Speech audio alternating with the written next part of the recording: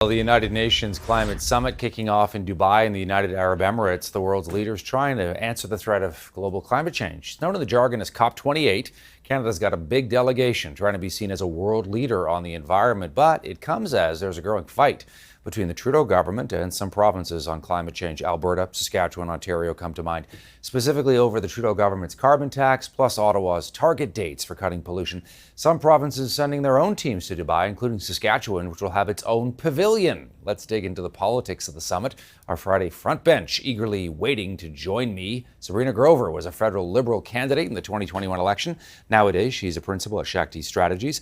Melanie Paradis worked as the communications director for former Conservative leader Erin O'Toole. She's now the president of Texture Communications. Former Ontario NDP MPP Guradan Singh. There he is, nowadays, the vice president at Crestview Strategy, with a lovely plant in the background as well. He's also the brother of federal NDP leader Jagmeet Singh, and our very own, none other than, last but not least, Rachel Aiello, our senior digital parliamentary reporter here at CTV News. There's our front bench. All right, Mel, let me start with you.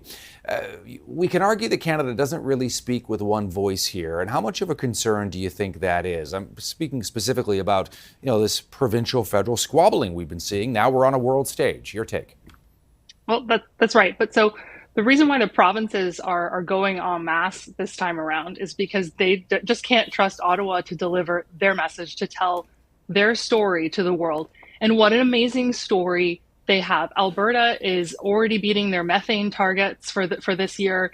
They've introduced a new carbon capture program that's going to help reduce emissions and create jobs. They have an amazing story to tell. Ontario is sending their Minister of Energy, Todd Smith.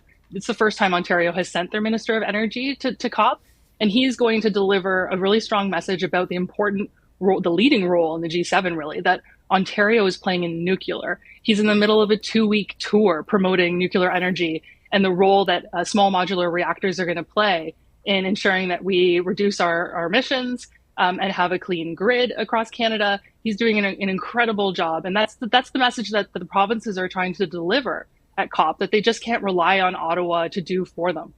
Sabrina, the Trudeau government's policies, too much, too fast, too soon. That's the viewpoint, certainly, of many in Alberta and Saskatchewan. I'm curious, if there are big announcements at this summit by the Trudeau government's Environment Minister, Stephen Guilbeault, to show Canada is willing to do more, does that make sense, or does it risk dividing the country even more than it already is?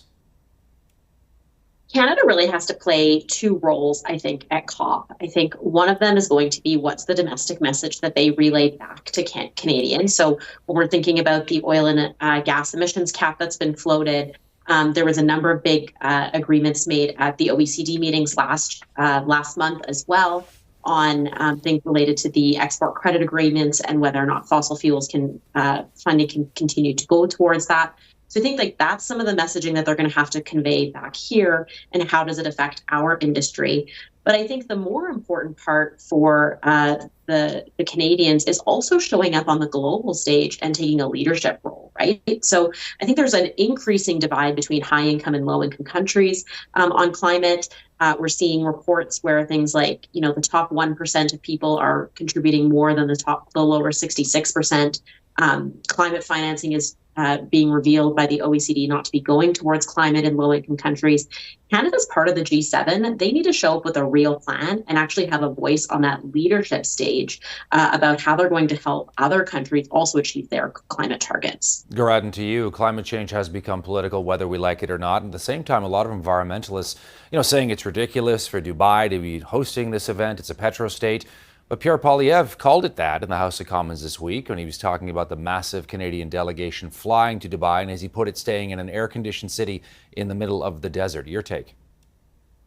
Well, the reality is the climate crisis impacts us all, irrespective of where we live on this earth. And every nation needs to start acting accordingly and taking a part in this conversation. And hosting these events, I think, is an important thing across the board. I still think we should be critical of, human rights track records of nations that are hosting these kind of events. But every nation does have a part to play with regards to fighting the climate crisis. What I think is more problematic is what you kind of referred to beforehand, is the politicization of the climate crisis. The fact that right now people are looking at this as an electoral issue when it should be a science-backed issue, and it should also be examined under the lens of the economic impact of not acting against the climate crisis. We all saw the impact of the forest fires last year, how they devastated people's health, their homes, their jobs, and more. So when we start understanding that there's a cost to not acting to fight the climate crisis, and by having a progressive climate policy that actually saves us money, saves our health, and ultimately is for the benefit of all Canadians and ultimately everyone on this earth. Rachel, to you in Ottawa, the Trudeau government has got a lot at stake with its environmental policies. They backed down a bit recently on the carbon tax for home heating oil.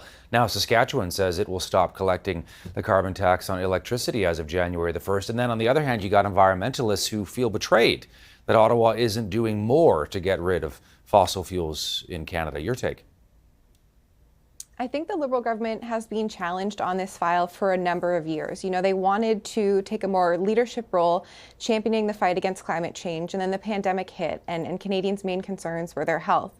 And now what we've seen in kind of this post-pandemic bounce back is everyone's concerned about the economy and the cost of living. And so I think where some of the premiers are able to stick their arguments now is by making cases surrounding jobs, the economy, the financial aspect, and the cost of acting on climate in that respect. But I do think, Todd, especially when you're looking at younger demographics, the polling, there still is a desire for the federal government to take a leadership role on this file. And that's the challenge the Liberals have right now of trying to find a way to balance this conversation and talking about needing to go further in some respects and then needing to respect the reality of across the country, the way different provinces heat their homes, the way different provinces make money and create jobs. It's a tricky situation, and I don't know that if a different leader was in that position, he wouldn't be equally as challenged to try to manage all the sides of this conversation. Sabrina, is there a risk of mixed messaging going on here? You know, people who are attending, they see the federal government there, then they see a pavilion, run by Saskatchewan. The governments of Alberta, BC, Newfoundland are part of that pavilion as well. They've been teaming up with Saskatchewan. Your read on the optics of that? I don't think it matters that we have a number of different folks going from different delegations. I think that's always been something that happens at global summits, and I think it provides kind of more of a Team Canada approach when they get there. We even heard Jonathan Wilkinson say in the past, they've had a positive relationship with provinces like Alberta, despite what you see in the media or despite what we see sometimes play out, in question period. I think for the Liberals, the strongest thing that they could do coming out of COP is tie climate messaging to economic messaging and have that resonate here in Canada. It's not just about forest fires, damaging the environment. It's also about how that's going to economically affect agriculture and forest, like pulp and paper production and insurance. And I think that the more that they can tie that to economics, the stronger that their argument and their policies are going to resonate. What do you think the best case scenario is here, Mel, for the federal government, for some of these provincial governments that are attending this summit in Dubai? I think the best case scenario is for the government of Canada to publicly acknowledge that Canada is a world leader in energy and a world leader in environmental energy, environmental protections, and in safety. Our oil and gas industry has done incredible work over the past few decades to improve emissions reductions. Their technology is bar none. And it's really sad that there's been so much division on this topic. I think COP presents an excellent opportunity for the federal government to champion the incredible work that has been done here in Canada. We are world leaders in this space.